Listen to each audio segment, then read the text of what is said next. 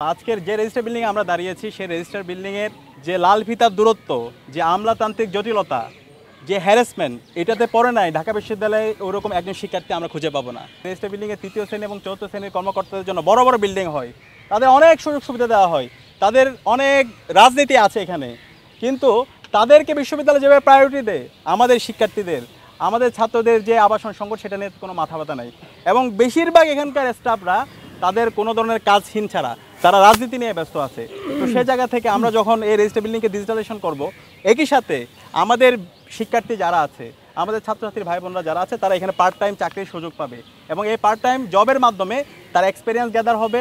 এর পাশাপাশি তার বিভিন্ন এক্সপিরিয়েন্সের মাধ্যমে তার ভবিষ্যতের যে লিডারশিপ কোয়ালিটি সেটা ডেভেলপ হবে। বিশ্ববিদ্যালয়ে যারা নির্বাচন কমিশনে আছেন তারা আমাদের শ্রদ্ধাভাজন শিক্ষক, আমরা তাদেরকে শিক্ষক হিসাবে দেখতে চাই, কিন্তু তাদের যে রাজনৈতিক আদর্শ, সে আদর্শটাকে যদি তারা তাদের একটা ছাত্র সংগঠনকে ফেভার করতে যায়, তাহলে তারা শিক্ষার্থীদের বিপক্ষে অবস্থান নেবে।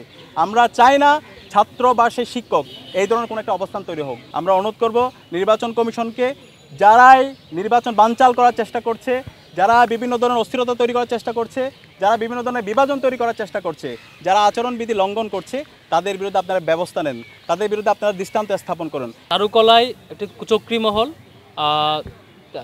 আমাদের ব্যানারকে বিকৃত করা, ছবিকে বিকৃত করা এবং হিজাবোফোবিয়ার যে খুব প্রকাশ, হিজাবোফোবিয়া যে প্রকাশ করেছে সেটির প্রতিবাদ আমরা জানিয়েছিলাম এবং লিখিত অভিযোগ দিয়েছি ইউনিভার্সিটি প্রশাসনকে।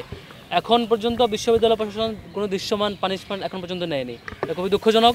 নির্বাচনে আচরণবিধি সুস্পষ্ট লঙ্ঘন। ওনার জন্য কোত্থেকে যেন ওহি আসে, হঠাৎ করে রাত 3টা বাজে 1টা বাজে হচ্ছে সার্কুলার দেয়, ঠিক এখানেও সেম, হঠাৎ করে গভীর রাতে হচ্ছে নোটিশ আসছে যে সবগুলো সরিয়ে ফেলতে হবে।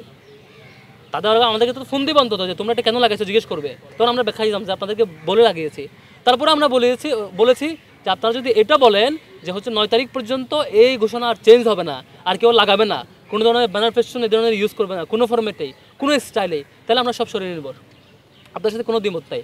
তারপর বললো যে ওনাদের ফিডব্যাক হচ্ছে ঠিক আছে, আমাদের আগে আচরণবিধি ফাঁকফোকর ছিল, এখন আমরা মিটিং করে নতুন করে সিদ্ধান্ত নিয়েছি, এখন থেকে আর কেউ লাগাইতে পারবে না, 3টার মধ্যে সরিয়ে নেবে। আমরাও বলেছি ঠিক আছে, ওকে, আপনারা যদি নতুন সিদ্ধান্ত নেন খুলে ফেলেন। প্রক্টোরিয়া টিম পরে খুলে ফেলেছে। এ হচ্ছে সামগ্রিক অবস্থার ফিডব্যাক। কিন্তু গভীর রাতে আবার সার্কুলার, প্রচারণা করা যাবে না, ঠিক আছে, তাহলে আমরা প্রচারণা করবো না, 26 পর্যন্ত অপেক্ষা করবো। তারপর আবার যখন সেই একটি দলের পক্ষ থেকে পরের দিন বিভিন্ন হলের মসজিদে শিডিউল দেওয়া হলো যে আগামীকাল জুমাবার অমুক বিপি প্রার্থী তমুক জিএস প্রার্থী তমুক মসজিদে নামাজ পড়তে সাংবাদিকবাদীকে দাওয়াত। তখন আমরা ফোন দিলাম, স্যার আপনারা তো বলেছেন এটা করা যাবে না, এখন কেন হচ্ছে? বলেছেন না বাবা, তোমরা হচ্ছে নামাজ পড়তে যেতে পারবা, ওখানে একটু দেখা কথা হলে সমস্যা নাই। অর্থাৎ যখন তারা ওই নির্দিষ্ট সংগঠন যখন যেটা করে সেটাই নীতিমালা, সেটা রাত 1টাই হোক 3টাই হোক, তখনই সার্কুলার দেওয়া যায়। আমরা আসলে শঙ্কিত। নির্বাচন কমিশনের প্রতি আমার বিনীত অনুরোধ থাকবে, নিয়ম নীতি যা করবেন স্পেসিফিক অ্যানাউন্স করেন যে এটা নীতিমালা, এটা এইভাবে, এটা আর কাস্টমাইজ ভার্সন হবে না, এটাই ফাইনাল। বারবার ঝাপসা ওয়ার্ড রাখবেন, আমাদের সময় সে এক ধরনের ব্যাখ্যা দিবেন। স্বতন্ত্র শিক্ষার্থীরা করলে তখন তাদের উপর চাপাই ধরবেন, বা অন্য কোনো প্যানেল করলে চাপাই ধরবেন, কিন্তু আপনাদের পছন্দের একটা দল কখনো করলে তখন তাকে ফ্লেক্সিবিলিটি দেবেন, তখন একটা নতুন ব্যাখ্যা দাঁড় করাবেন। এটা আমরা খুবই দুঃখজনক যে আবার কখনো ওহি আসে এবং নতুন করে সার্কুলার আসে যে হ্যাঁ পোস্টার লাগাইতে পারবা, যে এমন সার্কুলার আসে তখন আমরা সেটা মানব না নিশ্চয়ই। কারণ বারবার এই ওহি আসতে থাকলে নির্বাচনের রায়ের দিনও হয়তো এরকম ওহি আসতে থাকবে উপর থেকে। এ ধরনের নির্দিষ্ট মহলের প্রতি প্রভাবের দিন যদি নির্বাচন কমিশন থেকে যায়, এটা খুবই কষ্টদায়ক হবে।